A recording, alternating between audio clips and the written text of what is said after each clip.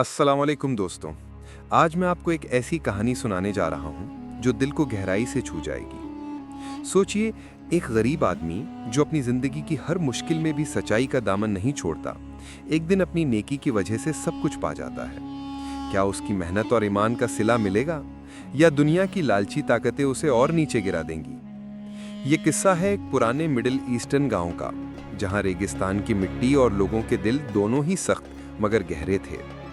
ये कहानी है करीम की, जो एक छोटे से रेगिस्तानी गांव में रहता था। ये गांव था मड के बने घर, जहां हर तरफ खजूर के पेड़ और मिट्टी की दीवारें दिखती थीं। 19वीं सेंचुरी का जमाना था। लोग ट्रेडिशनल कपड़े पहनते, मर्द कुर्ते और औरतें सलवार कमीज। करीम एक गरीब धोबी था जो रोज सुबह उठकर नदी किनारे जाता, कपड़े धोता और गांव वालों के लिए मेहनत करता। पानी की कमी थी मगर वो कभी शिकायत नहीं करता। उसकी बीवी आयशा घर संभालती, खाना बनाती और उनके छोटे से घर को साफ रखती। उनका कोई बच्चा नहीं था मगर वो दोनों एक दूसरे के साथ खुश थे। करीम हर रोज शाम को घर आता। आयशा उसे पानी पिलाती और कहती, करीम आज काम कैसा रहा? करीम मुस्कुराता और जवाब देता, अल्लाह का शुक्र है आयशा, जो मिला उसमें बरकत है। ये थी उनकी सिंपल जिंदगी। मड के घर में एक चारपाई और कुछ माटी के बर्तन। गांव के लोग करीम को उसकी सच्चाई के लिए जानते थे। वो कभी किसी का हक नहीं मारता, हमेशा मदद करता। एक दिन बादशाह ने उसकी ईमानदारी की कहानी सुनी और उसे महल में बुलाया। बादशाह ने कहा, करीम हमने तुम्हारी सच्चाई के बारे में सुना है, आज से तुम हमारे परिवार के कपड़े धोया करो। करीम ने कहा, बादशाह सलामत, ये मेरी बख्शिश है, मैं पूरी लगन से करूंगा। बादशाह ने कहा, हमें तुमसे उम्मीद है, ईमानदारी ही हमारे राज्य की बुनियाद है।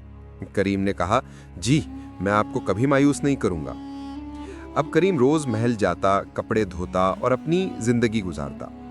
एक दिन जब वो महल की तरफ जा रहा था, रास्ते में उसे झाड़ियों में एक हिरन का बच्चा पड़ा मिला। वो दर्द से करहा रहा था।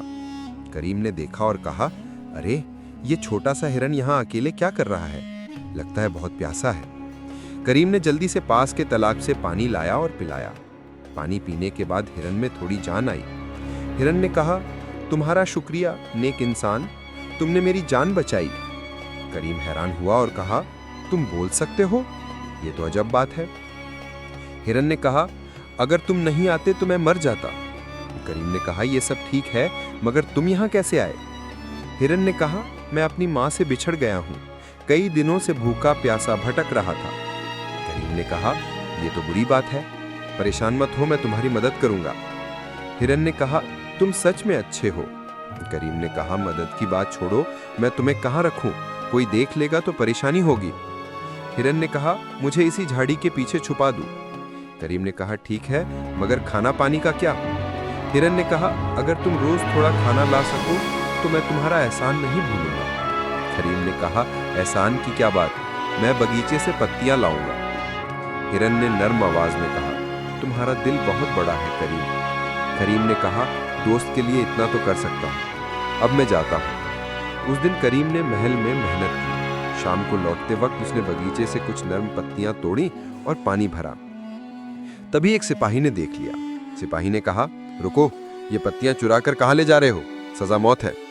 करीम डर गया और कहा, सिपाही जी माफ कर दो, ये एक भूखे हिरन के लिए है। सिपाही ने कहा, बकवास बंद करो, मैं वजीर को बताऊंगा। करीम ने कहा, नहीं, मेरी रोजी छिन जाएगी, जो कहोगे करूंगा। सिपाही के मन में लालच आया। उसने कहा, रोज एक चांदी का सिक्का दो तो चुप रहूंगा। करीम ने कहा, मगर मैं गरीब हूं, कहां से लाऊं? सिपाही ने कहा, ये तुम जानो वरना जेल। करीम ने कहा, ठीक है, आज का सिक्का लो। सिपाही ने कहा, किसी को बताया तो खैर नहीं। अब करीम रोज सिपाही को सिक्का देता और हिरन के लिए पत्तियां लाता। हिरन ने कहा, करीम तुम इतनी मेहनत करते हो? करीम ने कहा, अरे दोस्त, तुम जल्दी ठीक हो जाओ। हफ्ते गुजर गए, करीम की जमा पूंजी खत्म होने लगी। एक दिन उसने सिपाही से कहा, अब पैसे खत्म हो गए, अब जंगल से पत्तियां लाऊंगा। सिपाही ने कहा, झूठ मत बोलो, मैं वजीर को बताऊंगा। करीम ने कहा, नहीं, मेरी बात सुनो। सिपाही वजीर के पास गया और बात बढ़ाकर बता दी। वजीर आया और गुस्से में कहा, तुम चोरी करते हो, हम तुम्हें जेल भेजेंगे। करीम ने कहा, वजीर जी भूल हुई, ये एक बेजुबान के लिए थी। वजीर ने कहा, चुप, जो सिपाही को देते थे उसका 2 गुना मुझे दो, 2 सिक्के रोज। करीम ने कहा, मेरे पास कुछ नहीं बचा।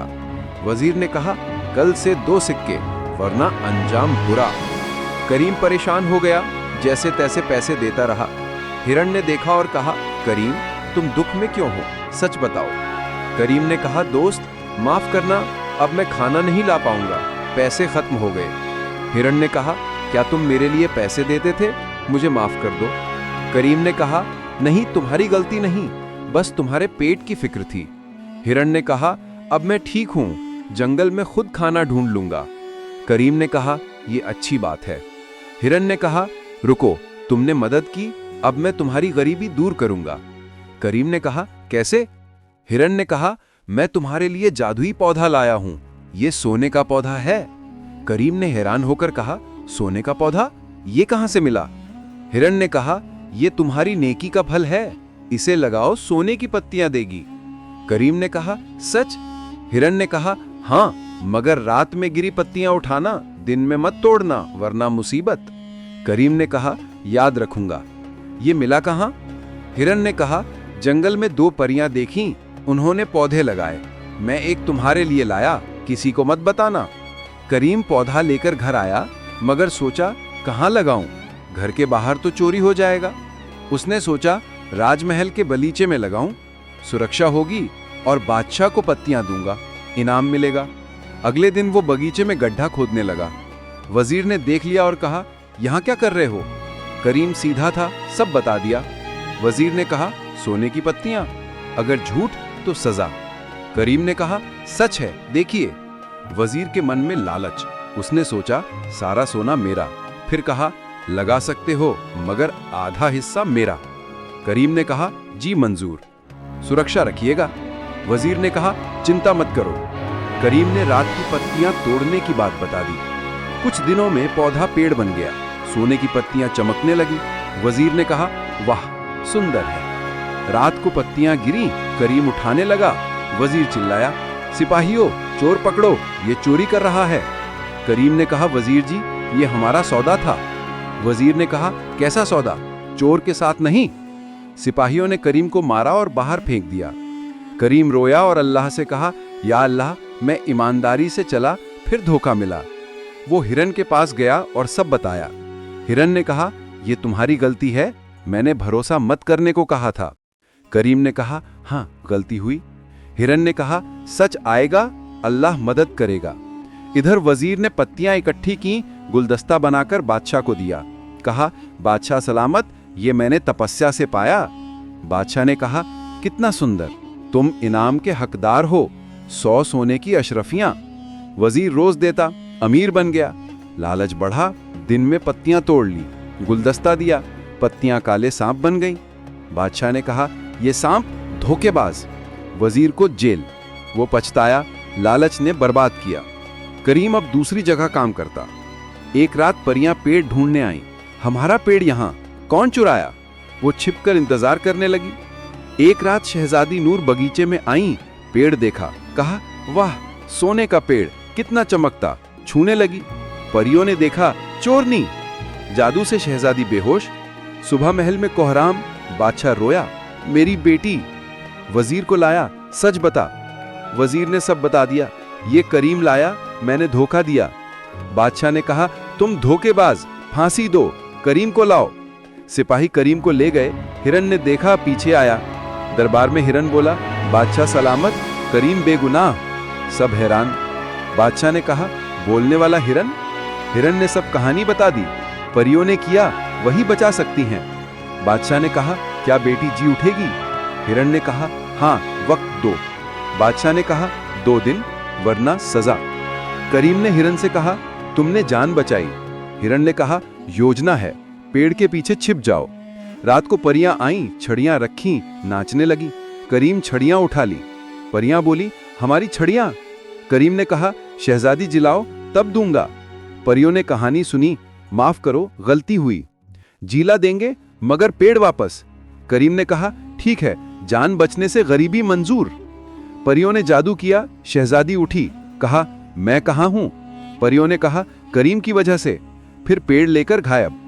बादशाह बेटी देखकर खुश, करीम को गले लगाया। तुम्हारी सच्चाई ने जीत ली, तुम्हारी शादी नूर से, आधी सल्तनत तुम्हारी। करीम ने कहा, मैं गरीब हूं, काबिल नहीं। बादशाह ने कहा, काबिलियत नेकी से होती है। शहजादी ने कहा, बाबा सही, तुम्हारे दिल ने जीता। करीम की शादी हुई, वो सुल्तान बना, उसकी नेकी ने गरीबी दूर की। दोस्तों, कभी कभी नेकी का सिला देर से मिलता है, मगर जरूर मिलता है। Share this story if it touched your heart today.